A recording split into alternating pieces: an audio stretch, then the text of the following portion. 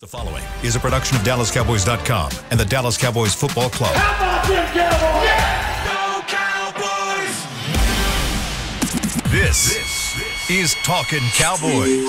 Streaming live from the Dallas Cowboys World Headquarters at the Star in Frisco. Handoff, Elliott plowing to the goal line. Barry, sacked by Lawrence. Prescott keeps it, and he bangs it in for the touchdown.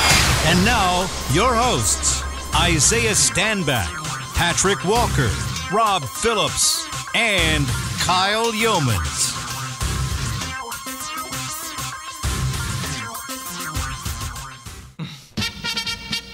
Go! Go! Dallas Cowboys! It is a Victory Monday here on Talkin Cowboys from the Star in Frisco. The Cowboys dethrone the Super Bowl champs 22-10. The final score as we welcome you in, presented by Black Rifle Coffee Company, to the fourth Victory Monday of the 2022 campaign. Glad you're with us here on Talkin Cowboys. Rob Phillips, Isaiah Stanback, Patrick No C. Walker. We've got Chris Beam in the back. I'm Kyle Yeomans. Glad you're with us. And gentlemen, this one feels a little bit sweeter because everyone is sweeter. I mean, every time it goes, you get one more, you continue to stack wins upon wins upon wins. It feels much better as you go along. However, this one feels good, Isaiah, because it's against the reigning Super Bowl champs and because your defense got the job done again. Defense is the leaders on this team. These guys, we've talked about it in recent weeks. These guys are simply just seemingly unstoppable. It's a lot to deal with when you have the personnel and you have the wisdom that's kind of the director behind everything, kind of, controlling the Pinocchio strings back there. And he's just utilizing all his assets. It's hard for an offense to combat this, and I'm not sure how you combat this when you have that amount of pressure. You don't allow them to establish running games. You don't allow them to sit back and throw the ball. So it's like, what do you do offensively against this defense to get anything going? And as long as the Dallas Cowboys continue to play this type of defense, it doesn't matter how much their offense shows up or doesn't show up. Field goals seemingly will win you the ball game. Go ahead. Listen, if this defense continues playing like this, Congress is going to have to convene a special session to investigate what's going on. I mean, at the end of the day and at the beginning of the day and in the middle of the day, this defense is absolutely terrorizing teams. And we said going into this game, obviously, we're about 1 week now from, the nickname votes, right? But I said before I drop mine or before we drop ours, I wanted to see what they did against the Rams, and then I want to see what they do against the Eagles. Another big test coming against the Eagles. We'll get to that later this week. But to go into SoFi against the reigning Super Bowl champs and hold them to only 10 points. Now, Cooper Kupp, he had 125, but 75 of that came on one play. And it's funny because not two plays before he broke that run, I said to myself that, hey, they have a cap on Cooper Kupp. I was like, hey, I might be jinxing it, so I'm not going to say it out loud. And if I had said it out loud, I would have thought I jinxed it. But well, thank goodness you didn't say it out loud. And it happened anyway, right? But that 70 that so was, it's all your fault. That's basically what I'm gathering. That's what I heard, Kyle. Listen, yeah. That was if that's the worst thing that happened yesterday, and it turns out that it was the worst thing that happened yesterday, I will take that all day long. The defense played stout. You had the deep pass to Atwell, which couldn't have been defended. I mean, Diggs was right there, perfect coverage. Stafford just dropped that throw was unreal. It was unreal. So those two things notwithstanding, Cowboys kept Akers in the running game in check. For the most part, they kept Higbee in check. Welcome back, J-Ron Curse. Right? This defense, top to bottom. I mean, you even got Micah Parsons dealing with groin tightness, and he's like, "Put me back in, coach, so I can punctuate this game with a sack fumble." I mean, oh man, it's just a beautiful sight to see. Defense is they stir the bloody drink. Is what Mike McCarthy's PG. That was sorry to our UK listeners. Yeah, that's what British Mike McCarthy would have said in the post-game locker room. He's right. I mean, you guys hit on everything. I mean, I'm stunned by both the predictability of this Cowboys team, and their unpredictability. They are. Nobody could have predicted 4 straight wins with Cooper Rush as the starting quarterback. I don't care how good the defense is playing. If you told me in May when the schedule came out that Cooper Rush was going to be the winning starting quarterback against both Super Bowl quarterbacks from last year, nobody would have bought it. And I'd love to know what the percentage was for ESPN Sports Analytics for percentage to win and stuff like that. That's this league. This league is so unpredictable.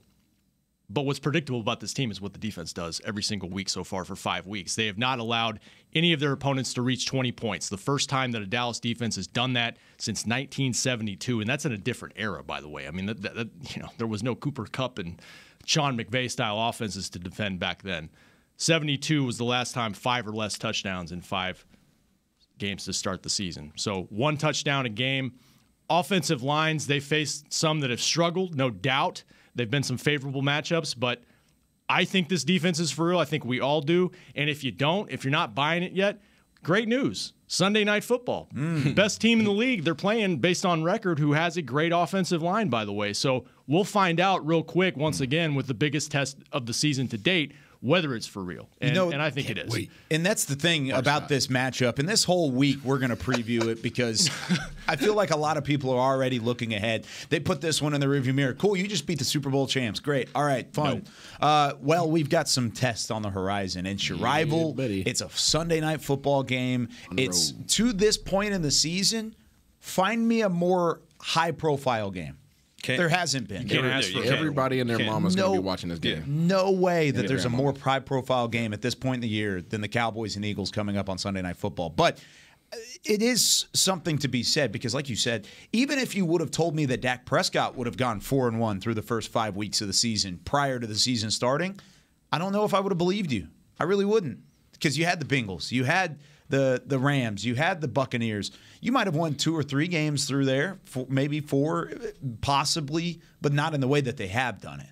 And the way that this defense continues to play, I think you outlined that really well. The predictable unpredictability, because you know the defense is going to show up, but are they going to do it in the same way week to week? No. Dan Quinn switches things up, and he did it all day yesterday to keep L.A. off balance, and they got after Matthew Stafford because of it. And it goes back to what we were saying last week, and I cannot see, and I know it's possible. Of course it's possible. It's football. It's the NFL. Definitely possible. Of course it's possible this defense is going to have a bad day. Of course it's possible, right? Of course it's possible another offense is going to, figure out a way to tee off on a particular mismatch. Of course it's possible.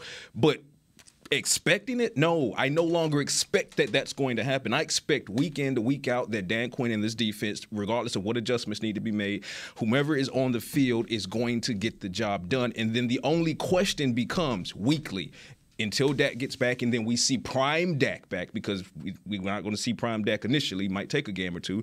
The question is the offense going to be able to avoid making the mistakes that cut the defense and the special teams off at the knees?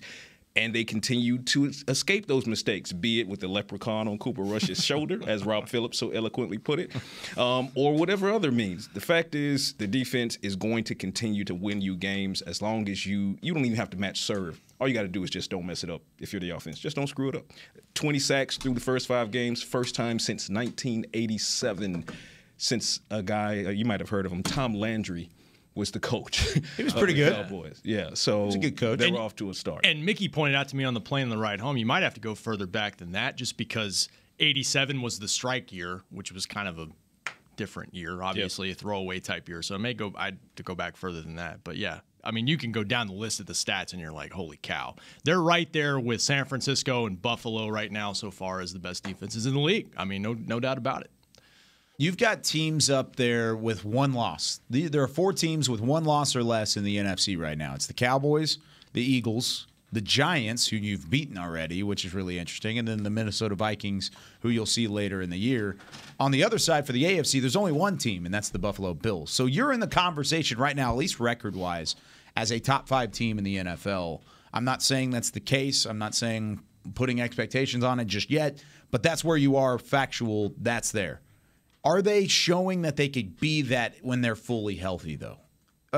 Were you convinced, especially offensively yesterday, that they can continue to grow and get better? Because I felt like the offense kind of took a step back last night.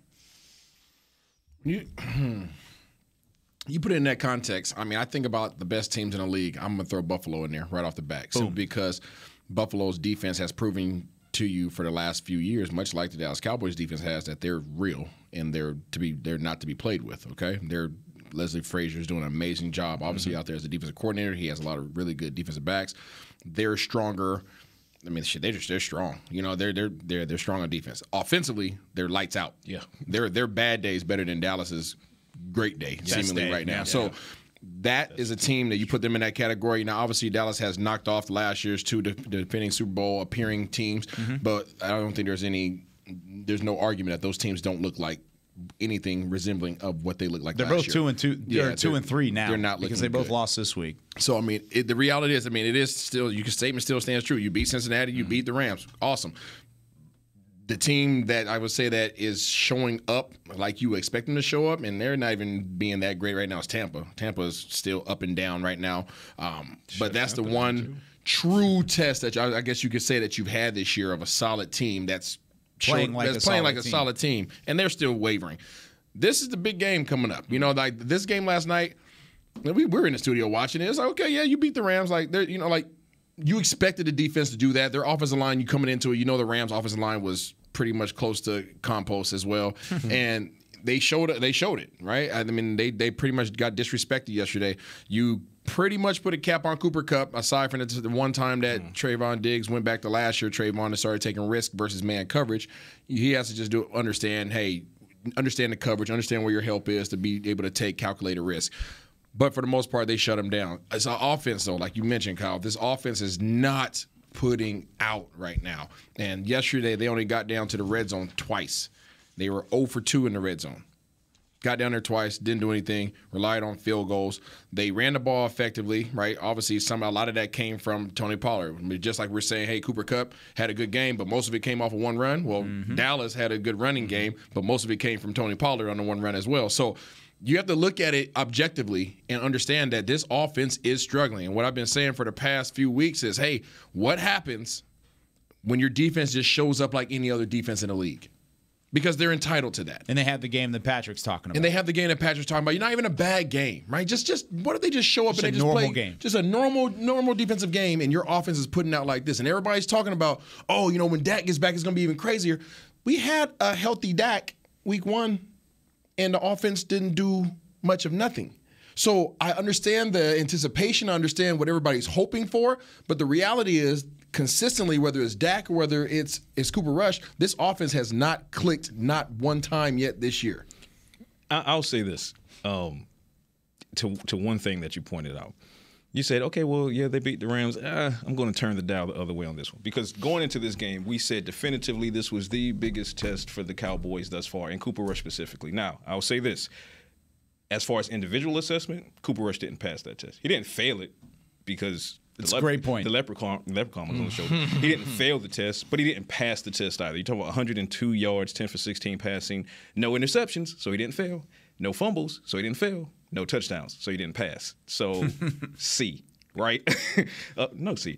But what the offense did was they leaned on the running game, and the 57-yard touchdown from Tony Pollard, that was a good chunk of that. So, like you said, if we're going to give it the Kupp for that 75, we're going to give it to Pollard for that 57. Yeah. But when you look at the 22 attempts from Ezekiel Elliott, another 8 attempts from Tony Pollard, that's 30 rushing attempts for nearly 170 yards against okay. They're playing keep away. The Rams' offensive line was in shambles. Yes. Their defensive line was not in shambles, right? I love how they adapted and stuck with it, because initially they saw they couldn't match up against Aaron Donald. Tyler Smith got beat badly on 2 separate occasions, and he didn't fail that. To me, you can't fail going against Aaron Donald. You either pass or it's Aaron Donald, right?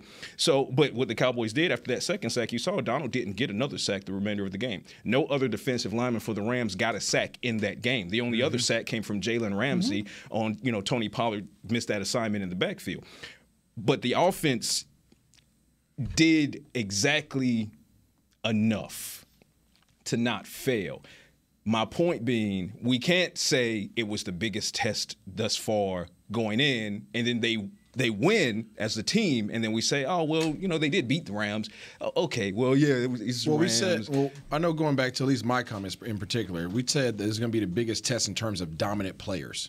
individual dominant players, not holistically as a holistic defense, but they had one goon at the first level, one goon at the second level, and one goon at the third level, right? That's at least when I was talking about Donald, Wagner, and Ramsey, right? And all those, and all those guys pretty much had good games. I don't think we can sit here and say. I think Wagner probably had the lesser game. He was chill. He didn't have splash plays, right? Yeah. I mean, I don't know how many tackles he had. Splash play. Yeah, he dropped his one splash play. He had an opportunity, but I think when we talk about it like that, like that's what we're talking about it in that regard. When you think about the Dallas offense, if you take away Armstrong's, strip sack and then D. Law's, fumble recovery for a touchdown, Dallas scored 1 touchdown, 2 field goals, right? Dorrance basically spotted him 10 points right off the bat. So I'm like, this offense was not successful. To that point. Let's not fool ourselves to think that they were successful. No, we're not saying they were not successful. We're saying they didn't fail.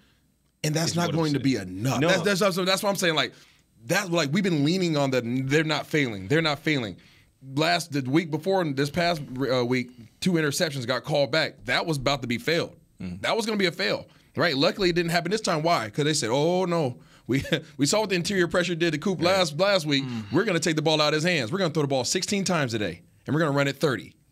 Yeah, you know what they say about luck. Sometimes it's better to be leprechauns. Leprechauns.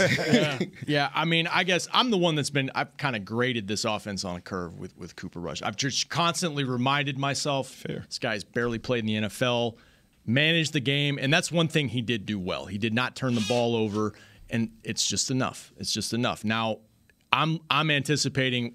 That's why it's important for Dak to come back when Dak is ready, because when Dak is ready and 100%. I do think this is a much better offense, week 1 notwithstanding. I think he's going to be able to get more than 3 guys the ball. I mean, only CeeDee Lamb, Michael Gallup, and Noah Brown had a catch in this game. No tight ends, no running backs. Dalton Schultz banged up clearly in this game. He came back, but that knee is bothering him. His mobility, I just think they're going to be a better offense with Dak Prescott. But he's going to have to get up to speed, and I don't think you want to rush him back into that situation. So I've been grading on a curve, but there's no doubt they've got to get more production when they play a team like the Philadelphia Eagles offensively. Well, to answer your question, Kyle, I don't think the offense as a whole took a step back in this game. I think the passing attack took a step back in this game. If you want to talk about a drop from Lamb, a drop from Gallup did make up for it with a fantastic toe drag flag. Yeah, but that first one from Gallup, he could still be going at this point. CD also dropped one in a drop from really Lamb, nice throw from Rush. So the passing attack took a step back from week 4. The rushing attack took a step forward from week 4. And guess what? The scale balanced itself out. And the Cowboys got to win. We've been on this show saying it before. Isaiah, you've been a big proponent of it, of run the football. Run it consistently. Stick through it all the way through, no matter what the game looks like. Run the football because it sets up play action. It opens up your offense. It gives you so many more options. Helps your defense. It helps your defense. Yeah, it certainly did in this one. But why does it feel like they are taking that step back offensively, at least in a week like this, whenever they did run the football and they stuck with it and they were able to continue that through 4 quarters? When you're watching the film, there's a lot of pass attempts early in the game. They threw it around a little bit in the first and second quarter, and then they got into the third and they said, no. Run it. Yeah, keep away. Over and over and over and over. It was keep away. It was beautiful. That's what it was. It was keep away ball. And that's okay. That's a successful ball when you're playing against a team that can't get things going offensively. That's complementary football, right? You control what you can control. Offensively, you run the freaking ball. You get an early lead. You get a gift. Okay, you get a gift, right? 2 gifts. You got a few gifts. Absolutely. You got the strip sack, and then you got the block punt. Yeah, so at that point in time, you're like, shoot, let's not mess this thing up. Let's run it. Let's run the ball. And that's what they did. They just played keep away. But that keep away mentality should be the mentality every week for these guys in terms of being dedicated to the run. 30 times in the game obviously was good enough yesterday, but that should be the case all the time when you have that 2-headed monster back there. Now, obviously, they're still figuring out the offensive line and all those things, blase, but that is a winning strategy for the Dallas Cowboys. And I think as you're trying to get these guys more confidence up front, I think as you're trying to get Cooper Rush some protection, as you're trying to keep the defense nice and fresh with their 1, 2, 3 defensive lines that they're coming with, it doesn't really matter.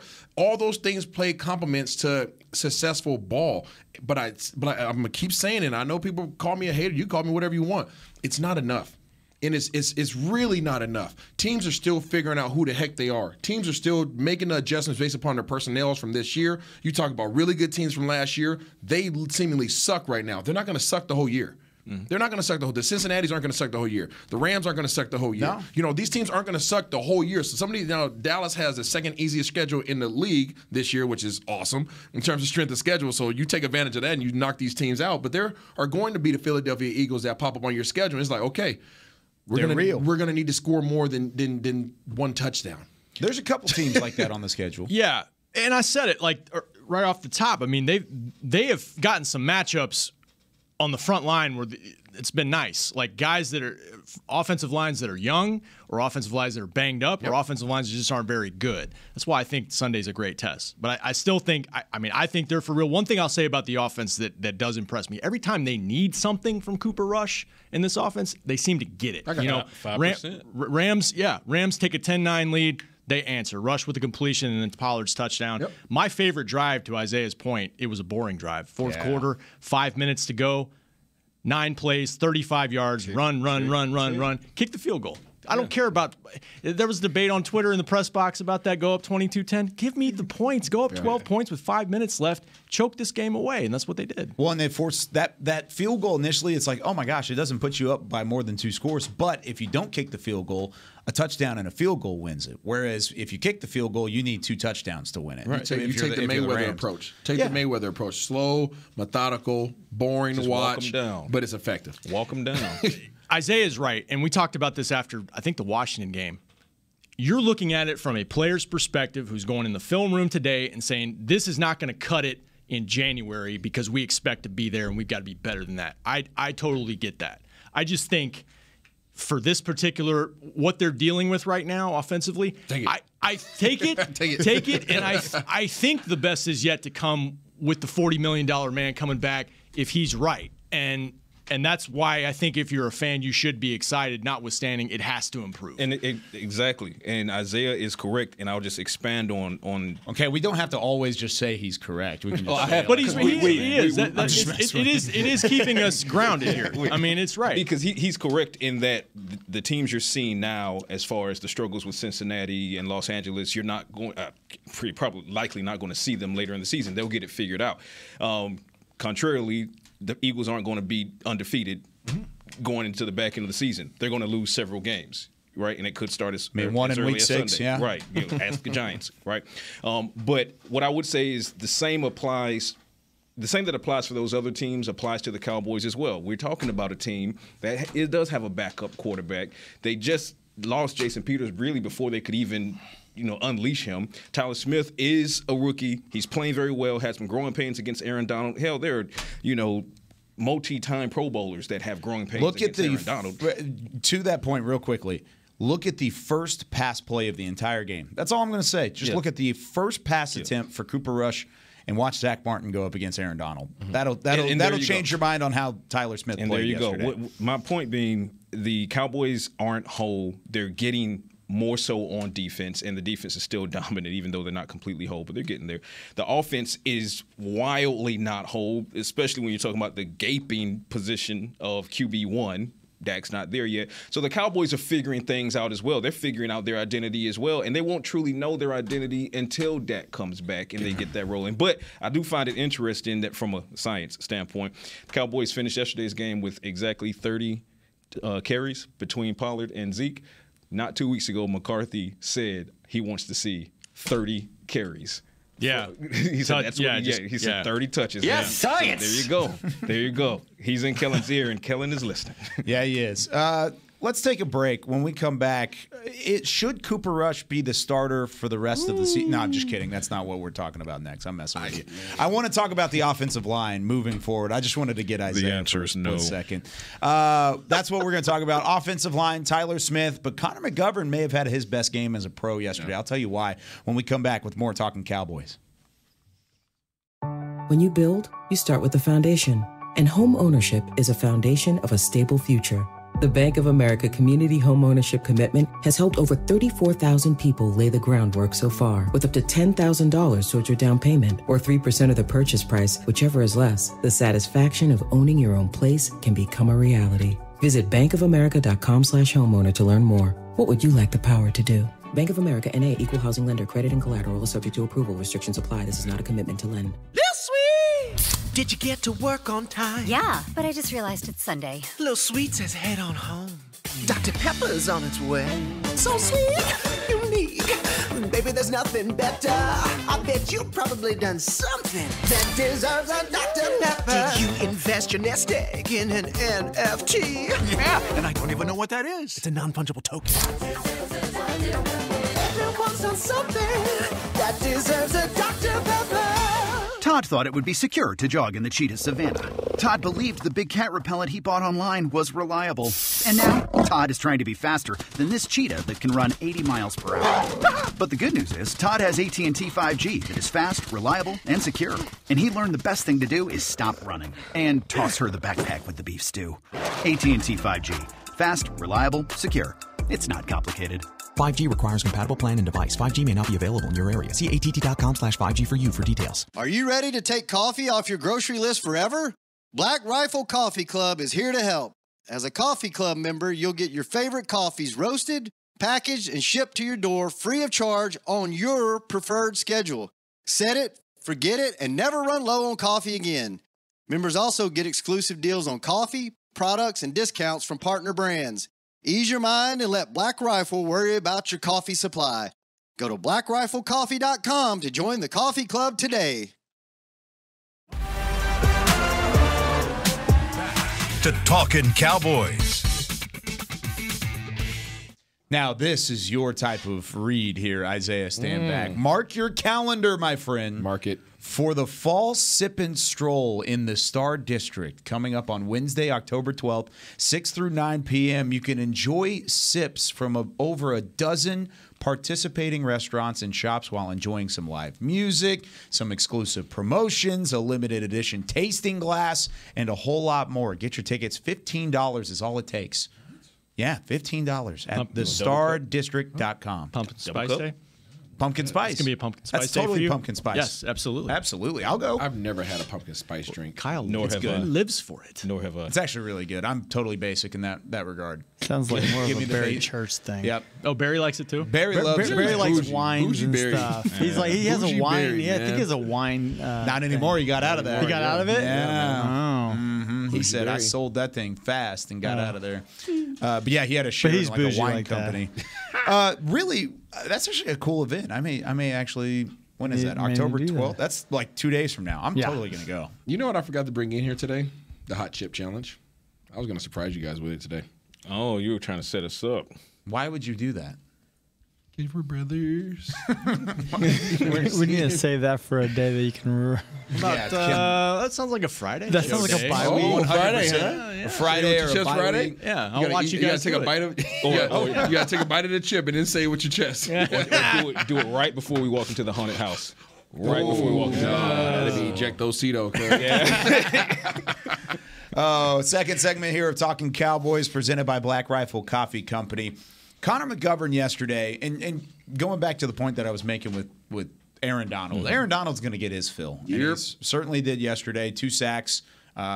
Technically a forced fumble, but Cooper Rush landed on it immediately. Nate Newton, everybody didn't hear this. Nate Newton yesterday said he is the greatest defensive lineman to ever play the game. And he said he would say it on air, too, so it's on the record for Nate Newton. Best defensive lineman he's ever seen. That's a fun conversation. He's in the conversation. Yeah, I agree. I'd say he's in the conversation. But there are names that pop up in my head, be it Cowboys or not, that you could make a conversation. And that's why it's so impactful coming from Nate, because he's played against some of the greatest dudes ever touched. Yeah, I mean, LT comes to mind, but LT, do you count him as just a linebacker? He's not necessarily in that conversation. Yeah. I think pass rusher, but we brought up Randy White. He said, yeah, all that stuff. So, anyways, I didn't want to distract. but yeah, Randy White. He always talks about Reggie White. Reggie White, and no, he did say another name yesterday. Randall.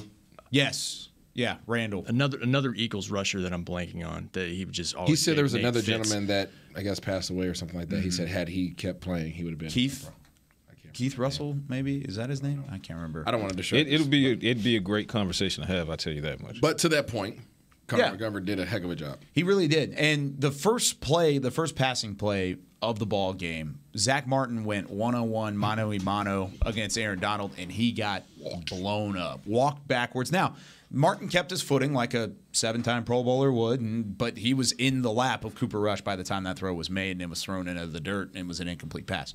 Then you had a couple of separate plays throughout that drive where Donald was head up on Martin, and then he scoots over, and he goes to Tyler Smith. Uh-oh.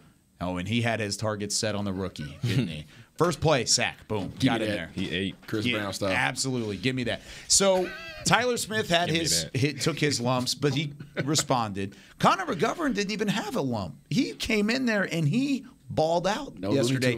Give him the credit where credit is due. I thought he was fantastic. He was. By the way, I was thinking of Jerome Brown. Back in the day. That's a good one. The late Jerome Brown, who's a great player, played against Nate a long time ago. Yeah, he did a great job. And I in the pregame show, I was talking to you guys about Aaron Donald. I didn't mention he's an edge rusher too. You can just play him anywhere, and they found Tyler Smith and went at him a little bit with 99. But yeah, Conor McGovern, stronger player than he was when he came in the league. Definitely. I mean, I think, and he had a little bit of help, but there were times one-on-one where he was holding his own in there, and that's a step forward for this offense because I don't know how long Jason Peters is going to be out. We haven't really gotten an update on that, but it could be more than one game, depending on the severity of that rib injury he's got. So, yeah, I mean, it was huge for McGovern. I mean, you're 2 games back from a high ankle sprain. Didn't necessarily look great in your last game back, last week against the Commanders in your return.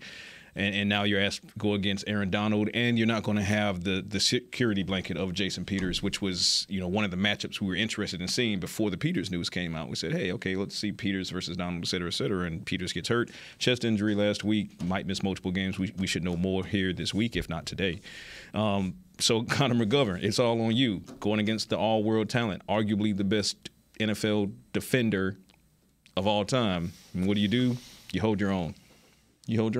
Yeah. So fantastic job by Conor McGovern. Fantastic. And Tyler Biadasz. And I said this to Nick last night as well, as we were boarding to head out from L.A. Tyler Biadasz had a really good game as well. If you go back and you look at the game, you look at the film, that he was the one that really sprung Tony Pollard on that play. Tyler Biadasz, he went, sealed one guy to his left, and then as soon as he felt Pollard get right past him, he went and sealed the second guy. That created a huge lane for Pollard, and then the rest was just on Tony to get it done, and Tony got it done. So kudos to not only McGovern, but let's give roses to Tyler Biadasz as well. He had a solid game, if not a good game. I'm not as quick to go to Tyler Biadasz. There were a couple times where he was pulling up and it was in the wrong spot. Yeah, not so fast, my friend. No, I thought Conor McGovern consistently won his battles.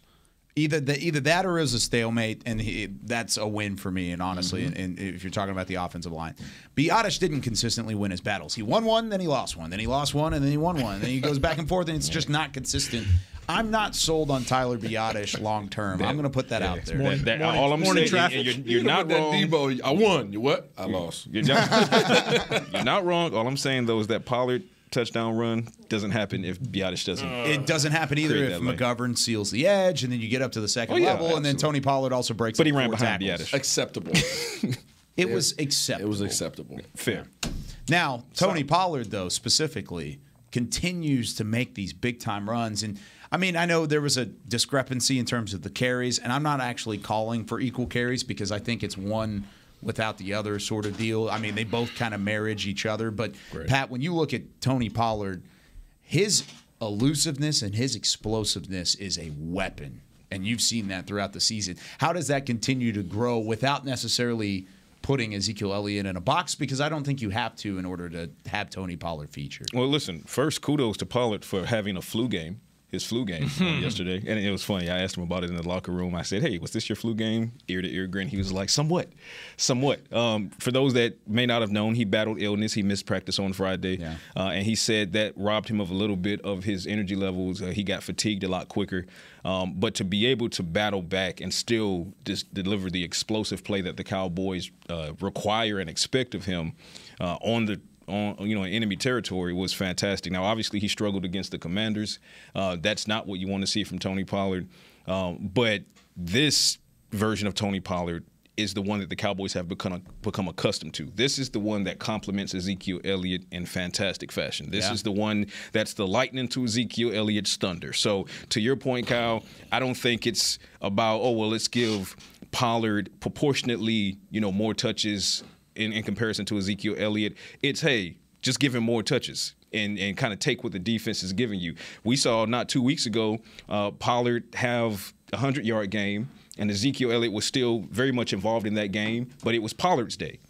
There's going to be, coming up here soon, there's going to be a day where it's Ezekiel Elliott's day. It might be Philadelphia, because guess who has fantastic games in Philadelphia?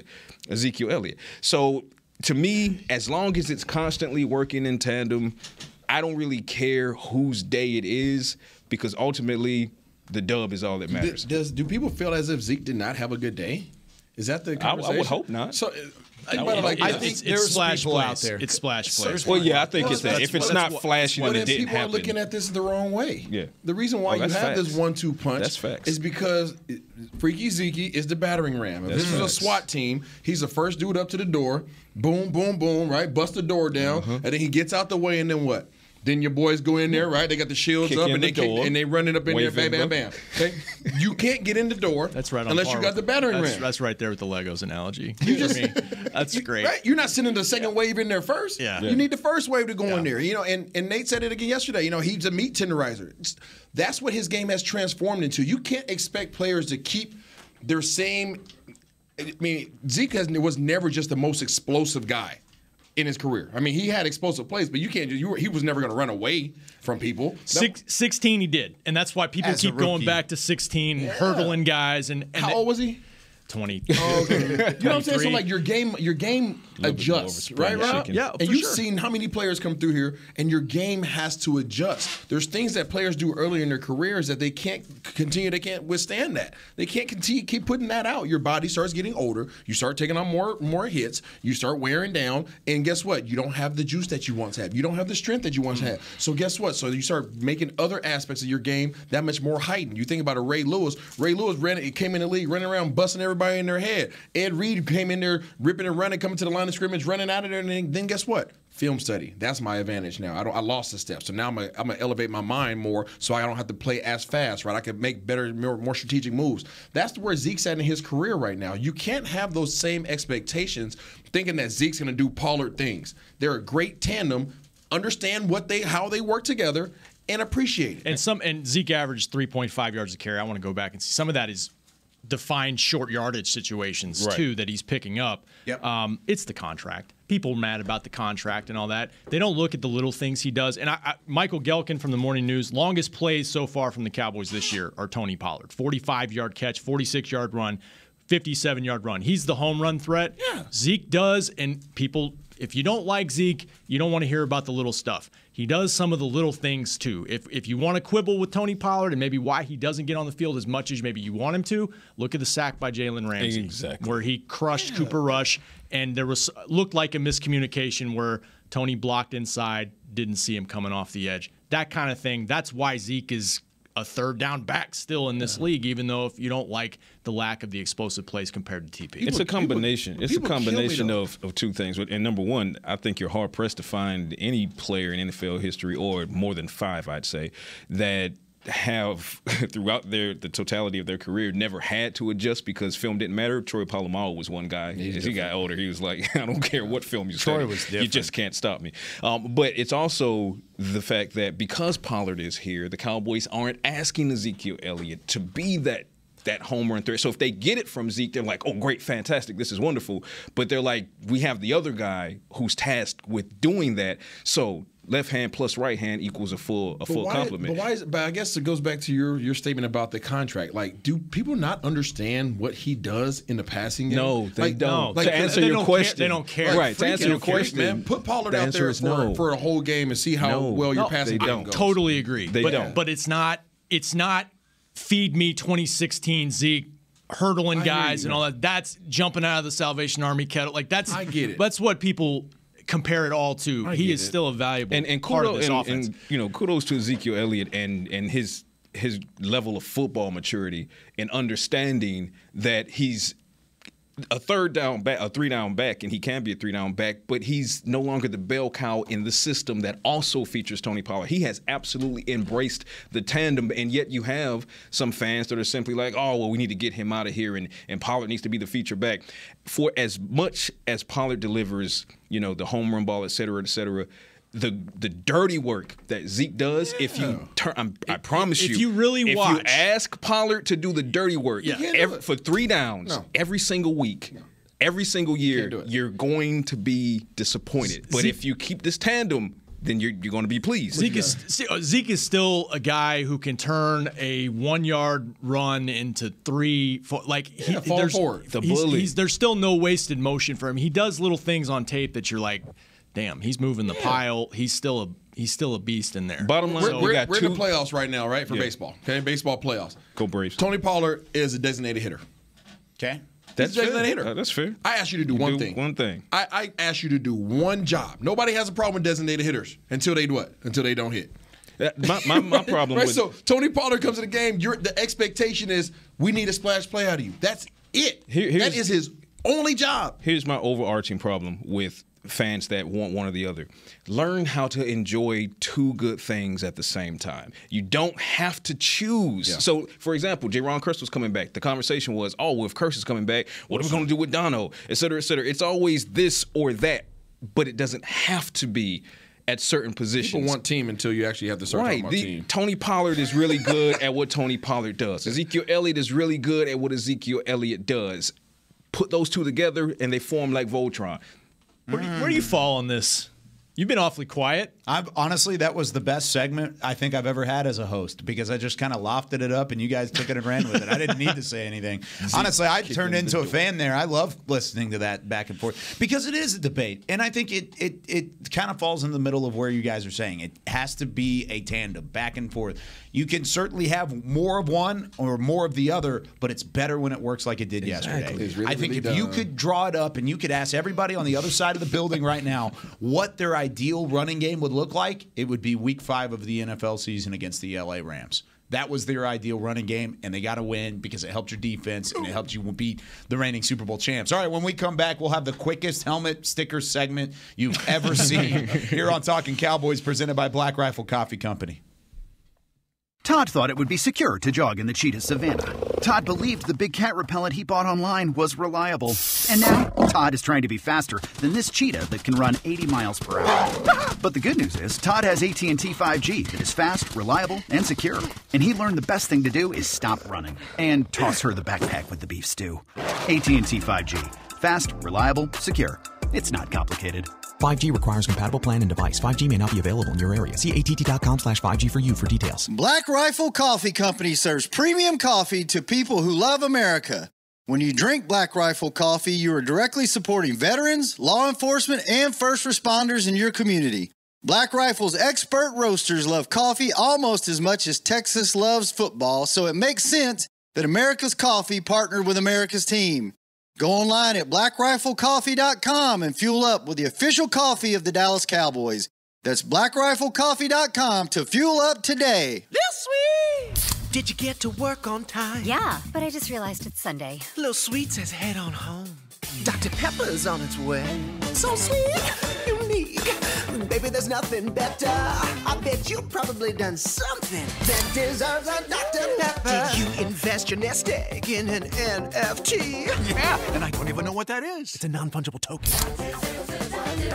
Everyone's done something that deserves a Dr. Pepper. Want to use what the pros use? How about the official men's skincare brand of the Dallas Cowboys, Jack Black? Right now, you can get the Jack Black Starter, a curated collection of Cowboys locker room favorites for just $10 with free shipping. The starter includes 4 Jack Black skincare favorites, plus a full-sized intense therapy lip balm. Go to getjackblack.com/cowboys and use the code word TEAMJB. That's getjackblack.com/cowboys. The Jack Black Starter, $10, free shipping. Back to Talkin' Cowboys. Whether you're watching from home or you're cheering in the stands with Essilor lenses, you can see every exciting play. Book an appointment at your local Essilor experts and see what Essilor can do for you. See more, do more. Essilor on Talkin Cowboys. Chris Beam, Rob Phillips, Isaiah Stanback, Patrick Nosey Walker. I'm Kyle Yeomans. Is this going to be a train wreck, Isaiah? Let's go, man. Is this going to be a train wreck? I can already see the look on your face from how we're going to end up making this happen. I feel like it's just going to go. This has to be the fastest one ever. Let's go. Fastest one ever. Helmet stickers. We do it every time the Cowboys get a win. We get this helmet. It's a full-size Dallas Cowboys helmet, and we decorate it with all these smelly stickers to scratch and sniff. It's like a gold star, but a helmet sticker. And then, yeah, it's the Ohio State. Yeah. But it's Talkin Cowboys version, and of course with the Dallas Cowboys. Who wants to start? You haven't started yet. I started last week. Did you? Did you start last? I did not start last week. Let Isaiah started this week. How about that? Get in there, Isaiah. All right. Let's go. Get us derailed early. Give us time to recover. I'm going to go right here. Okay, you guys see this peach? All right, I don't know if you can see it on there. You really can't tell. Anyways, I'm going with the peach that kind of looks like some cheeks. Conor McGovern kept Cooper Rush from being on his hiney. Handled Aaron Donald and Party very handily. I'm going to give you the peachy cheeky for keeping him off his cheekies. All right. I'm glad we talked that through in the break because Rob goes, "Oh, who you got, Kyle?" Conor McGovern. Oh, and then Isaiah just took him, stealing him. All right. Yeah, this defense was not cheeks on Sunday. I'm gonna go donut just because I don't know. I'm hungry. I didn't eat on the plane last night. You missed the donuts yesterday. Dorrance Armstrong. Yes. Can't ask for more. No C wrote about him last night. Defensive lineman who is not only a starter on this defense, but is a key special teams guy. That is rare in the NFL. Like I said, he spotted him 10 points. Signed him to what, a 2-year, $14 million deal in the offseason? And that looks like one of the best moves they've made in a while. All right, for me, I'm going with the mango. And this is going to be real simple for me. It's going to Micah Parsons. Micah Parsons gets the mango because he only has 2 gears, stop and go. So, man, go. I like it. Man, go. I see what you did there. Kyle, you just going to take us into the ditch here with something? Yeah, to probably. wrap it up? I wanted to grab this plum right here, but it's not a sticker. I fell for it again. We did this a couple weeks ago where it was like, it's not actually a sticker. Where are we going to select there. the plum? Where's this going? I don't know. I'm going to grab this lime. This is a lime. Why are you laughing? Just looking at the guy. Just waiting for something to happen here. I'm going to give it to Tony Pollard because he squeezed out a fantastic run there, and that was how they got it done. Got that 57-yarder, the touchdown. Thank Tony you for Pollard not pausing in the middle of that sentence. going to get the lime. Got it done. Cowboys get it done, 22-10. We have a lot of fun here on Talkin Cowboys. Let's just say that. Thank you for not pausing. Everybody at home is probably like, why are these idiots always laughing whenever this segment comes up? We're trying to throw you off, man. It's because of one day and Isaiah's dirty mind. Dirty mind. And we've gotten to this point where it's irreversible. But we do have our helmet stickers. The Cowboys get the win. They are now 4-1. And my goodness, it sets up a really fun matchup this week with the Philadelphia Eagles. We're going to be here all week to break it down for you on Talkin Cowboys, presented by Black Rifle Coffee Company. We'll be back tomorrow. We're taking your calls, 888-855-2297. Go ahead and give us a call tomorrow morning. We'll be here at 9:15 Central Time, live and local. And then we'll take you all the way into that Sunday night football matchup with the Philadelphia Eagles. For Chris Beam, Rob Phillips, Isaiah Stanback, Patrick Nosey Walker, we'll see you tomorrow with more Talkin Cowboys. This has been a production of DallasCowboys.com and the Dallas Cowboys Football Club. How about this, Cowboys? Yeah!